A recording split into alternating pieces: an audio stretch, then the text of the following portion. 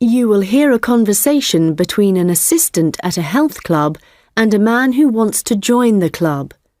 First, you have some time to look at questions 1 to 5.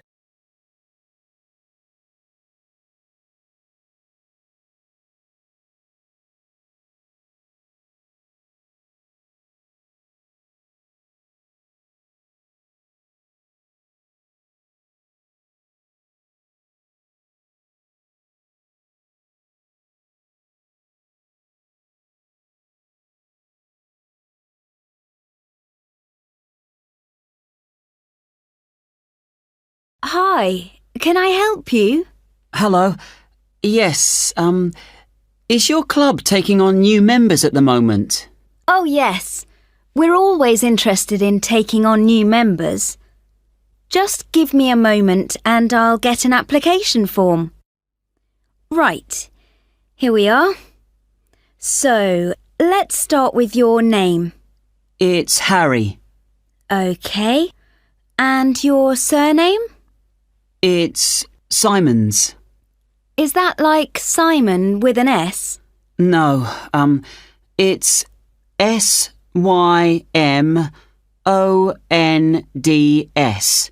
Most people find it rather difficult to spell. I see. It has a silent D. I guess a lot of people miss that. Now, let me see. Can you tell me when you were born? Yes, certainly. The 11th of December. Thanks. And the year? 1996. OK, good. Now, are you thinking of becoming a full-time member? Probably not. What kind of memberships do you have? Well, we also have off-peak membership, which is between 9 and 12 in the morning and 2 and 5 in the afternoon. And then we do have a weekend membership. So a weekend membership is just Saturday and Sunday? Yes, that's right. OK. Well, that's not going to work for me. It looks like I'll have to be full-time. I'm afraid off-peak membership won't do, as I'm not free at those times, and I don't just want to be restricted to weekends. OK, I'll make a note of that. Right, we have several facilities at the club, including a gym, a swimming pool, tennis and squash courts. What activities are you planning on doing? Well, do you have badminton? Yes, we do. And table tennis? I'm afraid not. Well, not at the moment, anyway. Oh, OK. Well, I'm also very keen on swimming, so I'm glad you have a pool. I'll certainly be doing a lot of that. OK, I've got that. Will you be using the gym? No, I'm not interested in that. OK.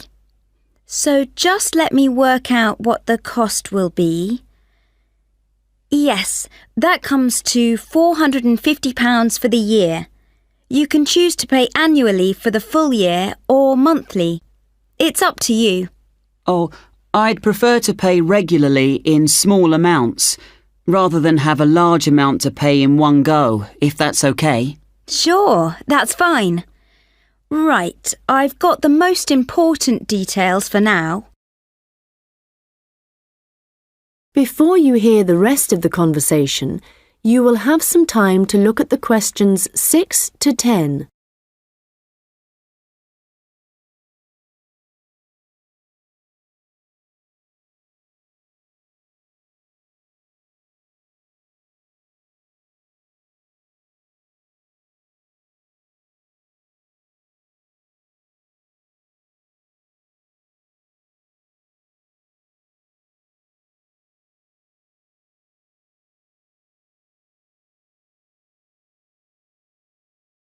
Now listen and answer questions 6 to 10. So, I'd just like to ask you a few questions about your lifestyle, if that's OK with you. Yes, that's fine. Do you do any regular exercise at the moment? Yes, I do a bit. Good. And what do you do? Well, every few days I go jogging. Yes, that's good. How long do you go for? Well, it varies. I guess it depends on how energetic I'm feeling. Yes, of course. Every little bit helps. Do you have any injuries at the moment? Well, I did break a bone in my foot playing football a long time ago, but that's all healed up now. But in the last few days, I've realised I have a bad ankle. I think I must have injured it last week, and it's a bit sore now. But apart from that, I'm fine. Right. I guess you might need to rest it for a few days to let it recover. Yes, I will. So, let me just ask you what you want to achieve by joining the club.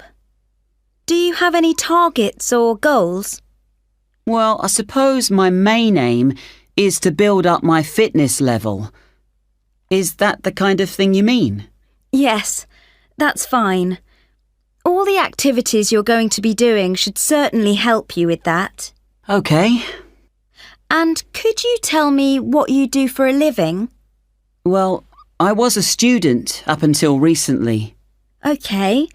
So what are you doing at the moment? Well, I'm a charity worker. Oh, that's fine. I'll write that down. OK, nearly done. One last question. Can I ask how you heard about the club? Did you see it advertised or did you go to our website, for example? Well, I've been looking for a health club for a while, and I asked my friends for suggestions, but they weren't much help. And then I was listening to the radio, and your club was mentioned. So I thought, I'll go along and see what it's like. Great. Well, we look forward to having you as a member. That is the end of section 1. You now have half a minute to check your answers.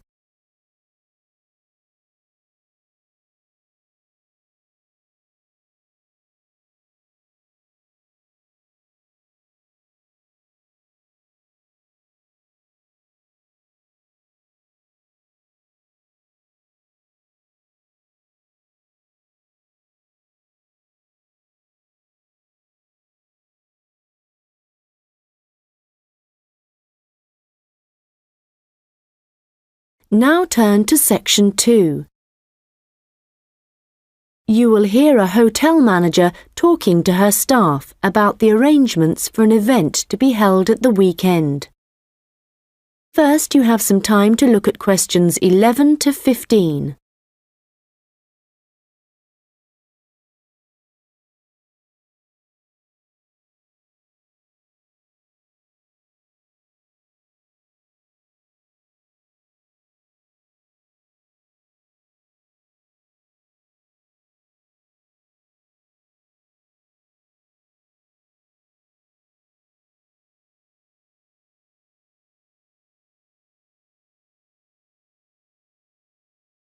Good morning, everyone.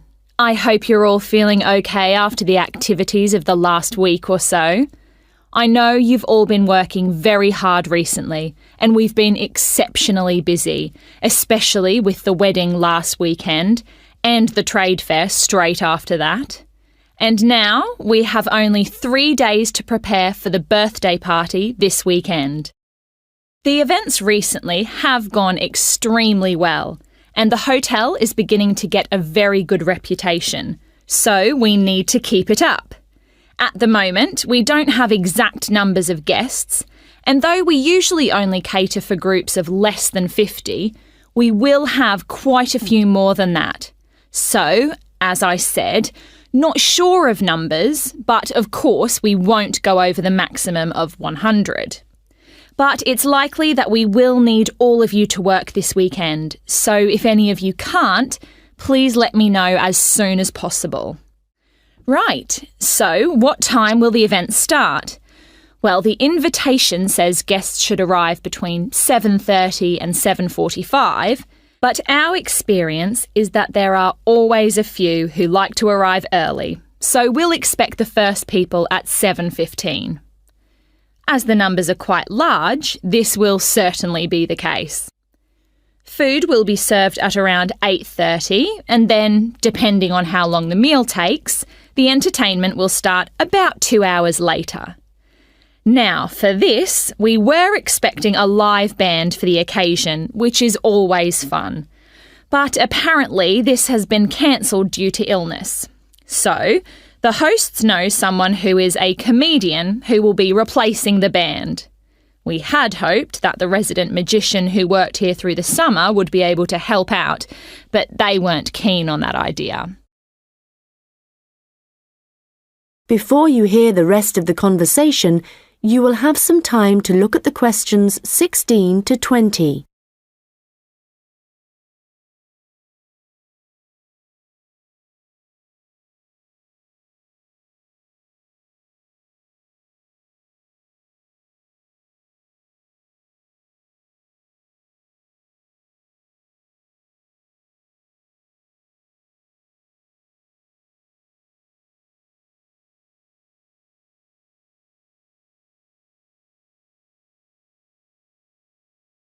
Now listen and answer questions 16 to 20.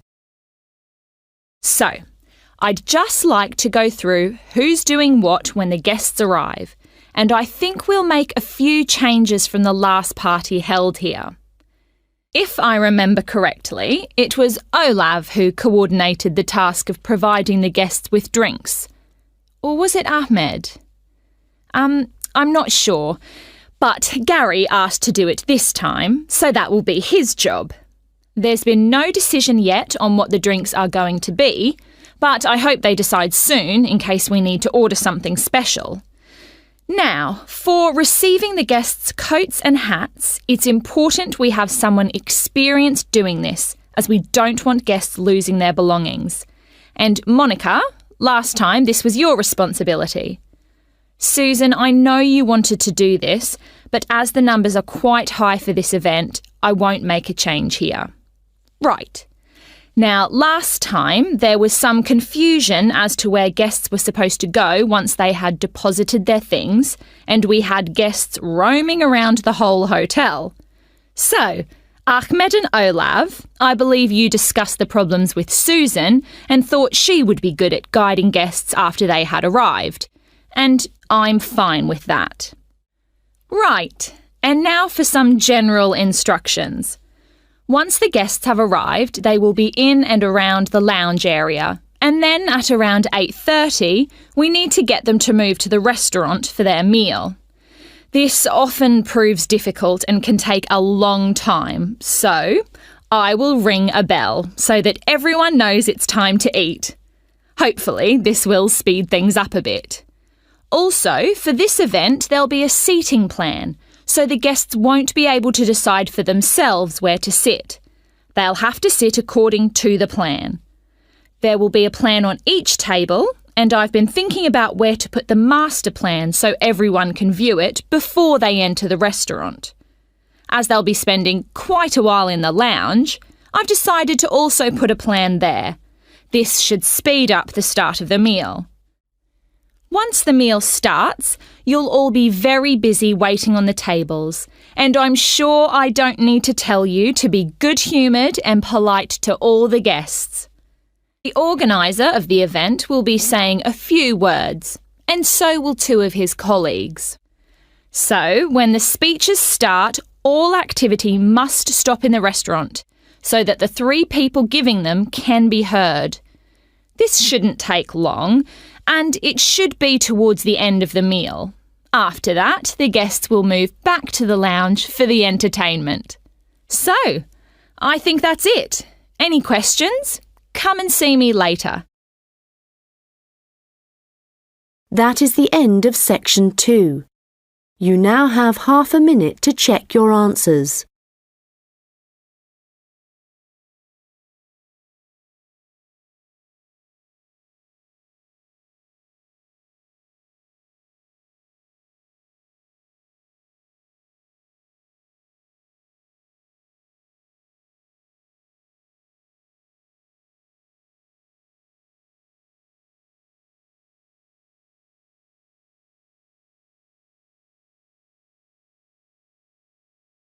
Now turn to section 3. You will hear two students discussing an assignment. First, you have some time to look at questions 21 to 25.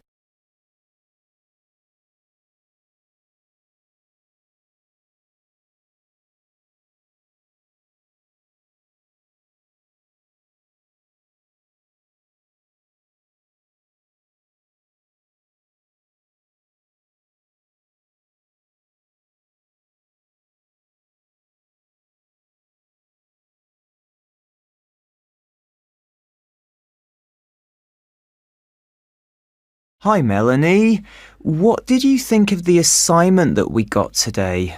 It looks interesting, doesn't it? Yes, Ellen. I've always been interested in recycling, but there's a lot of research to do. Yes, there are a lot of things I'm unsure of, so it's going to be good working with you. OK. Well, why don't we start by making a flowchart from the notes our tutor gave us? Yes, so on one side we could have the paper production cycle, here on the left, and on the other side the recycling. Good idea. Let's start at the top with the production. The first step in the process is to get the raw materials. Yes, and they tend to come from pine forests. OK. And then the bark is removed from the outside of the tree, and after that, the wood is chopped up. That's the first 3 stages. It sounds a bit complicated after that. It says water is added, and then the mixture is heated and made into pulp. This will be the thick paste that is used to make paper. Yes, you're right, because after that they use a machine to make the paper, and we can put that right in the centre of the flowchart, because it's also where the recycled paper joins the process. Yes. So, once the paper has been produced in the machine, what happens then? Well, I think we should write print as the next step, because this is when newspapers, magazines, etc. are produced. And we could also add that they have to be distributed to stores and people's homes. Right. Then the recycling bit starts. The old paper's collected, and then it says it's taken somewhere so that someone or something can sort it.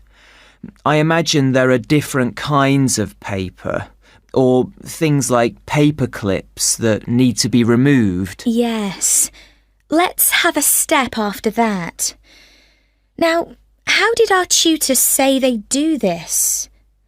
Oh yes, it involves chemicals. So, how is your chemistry? Well, not very good, I'm afraid. But this is how they remove ink, so this is definitely going to need a bit of research. Right. The last step in the recycling section is similar to the last step in the production process, with heating and pulping, before the cycle begins again.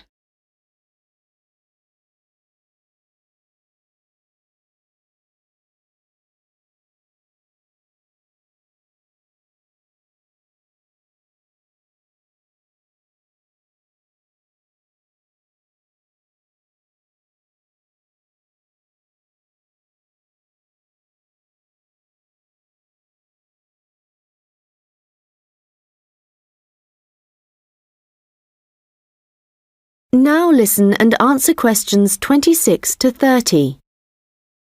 So, I think going through the processes helped. Now we need to decide how we're going to do this assignment. Yes. I guess what we need to do is take the processes and divide them up between us. But we could start thinking about an introduction. Yes, OK. Well, I can start doing that. I think I have enough to go on already. Good. And there are a few areas where we need a lot more information. I think I'll start with something easy. Let's say the paper collection. I could go to the resource centre to do some research. Well, I think a better idea would be to approach someone who's involved in the process. What about contacting the council? Oh, good idea. Yes, I'll do that instead. They're bound to have some information. And I know just the thing to add to our work to make it even more interesting. And what's that? Well, in my last assignment, I added a few pictures, and the feedback I got was that this wasn't academic enough. So what might really bring it to life would be to include some data, provided we can find some. Yes, that sounds excellent. Well, we certainly have a lot to do, and not much time to do it in. You're right. I think we have about 5 weeks, so I suggest we create a plan of work today. The end of the month is nearly 3 weeks away, and then we have a few days holiday. Yes, so let's see if we can get the first draft done by then, so we can take a short break. OK. Then after the break, we'll have just over a week to complete it. I wonder if we could get someone to review our work for us a few days before the deadline, so we can make some final changes. What about your friend, Henry? Well, the best person would be our tutor. Henry's very good, but he's taking a whole week's holiday, and there won't be enough time when he returns. OK then, that's fine. That is the end of section 3. You now have half a minute to check your answers.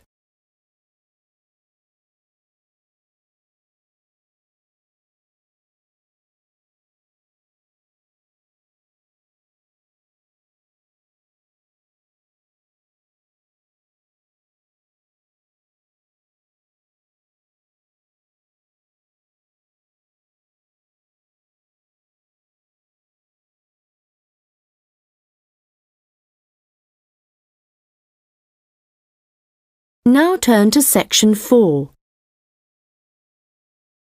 You will hear a lecture about hair. First, you have some time to look at questions 31 to 40.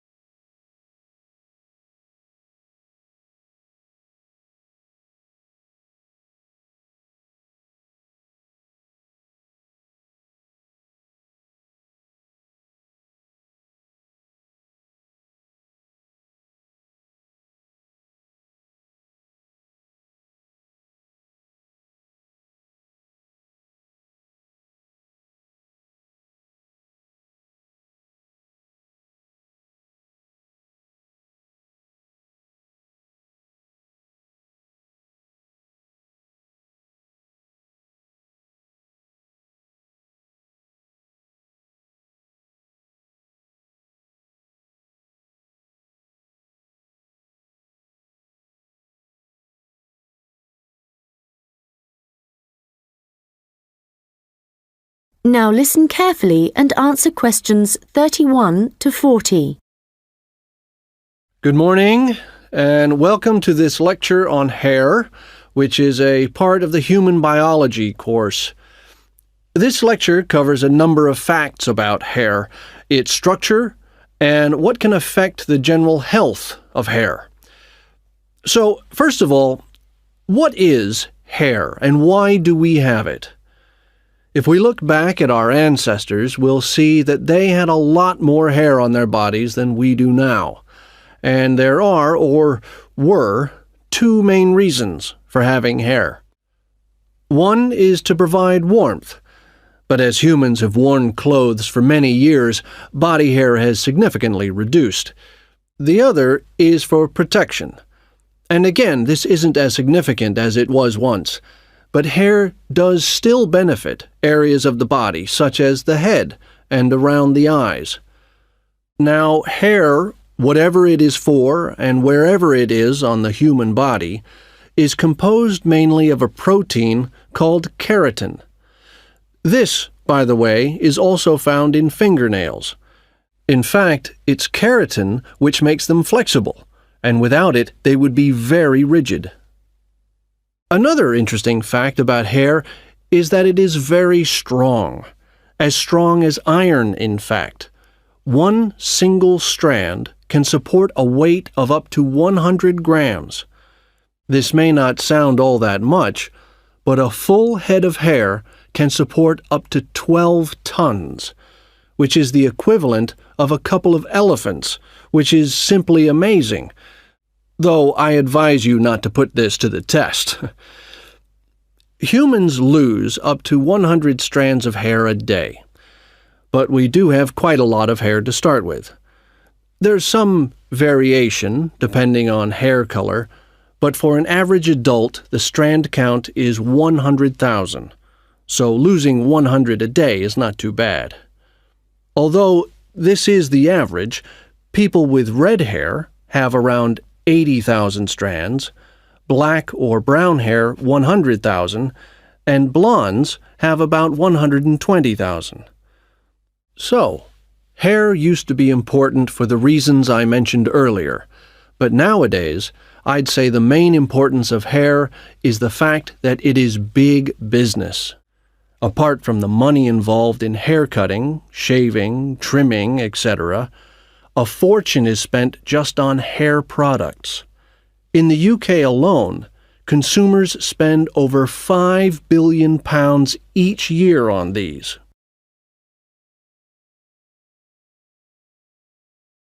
So next, I'd like to just give you a quick overview of the structure of hair. As you can see, along the length of the hair, there are three main parts, called the bulb, the root, and the shaft. A single hair is fixed at one end below the skin in the bulb. The bulb acts rather like a cap. It encloses the end of the hair in the head. The next part of the hair is the root, and this is the part of the hair which lies just beneath the skin, and, in terms of hair production, is the most important. This can be considered the control center for each strand of hair, and is where the glands are found. These produce oil, which flows along the length of the hair, and the health of the root determines the overall health of the strand of hair. The last part is the shaft, and this is the hair which is above the skin, and is, of course, what we can see. Fortunately, this is not active, and I say fortunately because otherwise it would be very painful to have your hair cut. And finally, I'd just like to go over a few factors that impact on the overall health of hair. Like every other part of the body, our diet, that is, what we eat, is extremely important to the condition of our hair. But whereas a change in your diet to, for example, eating unhealthy foods will soon be noticeable in your skin, changes to your hair will take a lot longer. A change in diet today could take several months to have an effect on your hair. And so, what is the key to healthy hair? Well, eating a balanced diet is the most important thing. There are a number of vitamins that are vital for good hair health.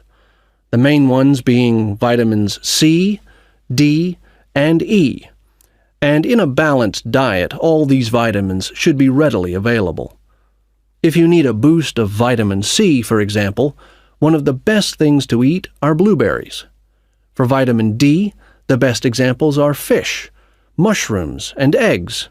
And for vitamin E, nuts and seeds. Right. So let's go on to what it